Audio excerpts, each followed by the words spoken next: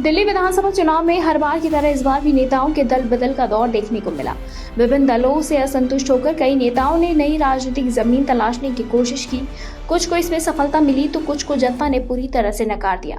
इस चुनाव में कुल 24 नेताओं ने अपनी पुरानी पार्टी छोड़कर किसी नई पार्टी के टिकट पर चुनाव लड़ा, लेकिन उनमें से सिर्फ 9 की ही जीत हासिल हुई, यानी कि सिर्फ 37.5% दल बदलू नेता ही जीत का स्वाद चख पाए।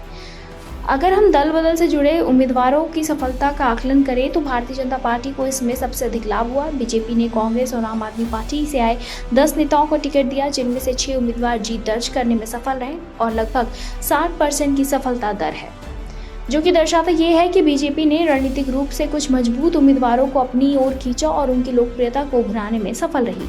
दूसरी ओर आम आदमी पार्टी को इस रणनीति में ज्यादा सफलता नहीं मिली। आपने 9 ऐसे नेताओं को टिकट दिया जिन्होंने हाल ही में पार्टी बदली थी, लेकिन इनमें से केवल 3 ही जीत दर्ज कर पाए।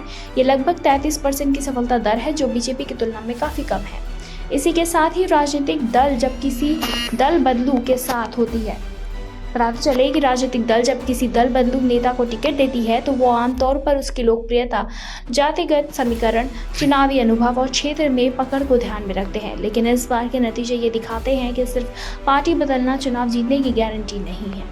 विश्वसनीयता पर सवाल उठता है। दल बदल करने वाले नेताओं की सबसे बड़ी चुनौती उनकी विश्वसनीयता होती है। जनता ऐसे नेताओं को अक्सर स्वार्थी समझती है। बताते चले इसी के साथ ही स्थानीय संगठन का महत्व। चुनाव सिर्फ उम्मीदवार के चेहरे पर नहीं, बल्कि पार्टी संगठन की मजबूती पर भी लड़े जाते हैं। कुछ ऐसे नेता जिन्होंने पार्टी बदली, लेकिन नया संगठन उनके पक्ष में पूरी ताकत से खड़ा नहीं हुआ।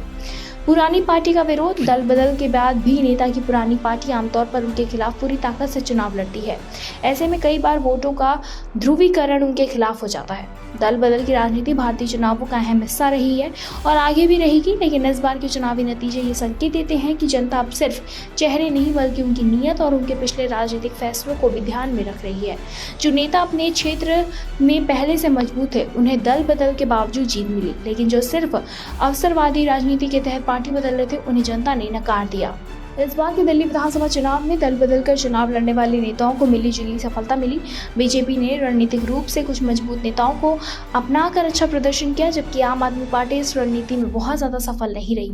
जनता ने ये संदेश दिया है कि सिर्फ पार्टी बदलने से चुनाव जीतना संभव नहीं, बल्कि उनकी विश्वसनीयता और कार्यशैली भी उतनी ही महत्वपूर्ण है।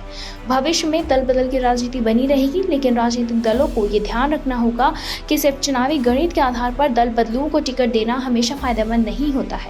जनता अब ज्यादा सतर्क हो गई है और वो केवल उन्हीं नेताओं को स्वीकार कर रही है जो वास्तव में उनके हितों के लिए काम कर रहे हैं।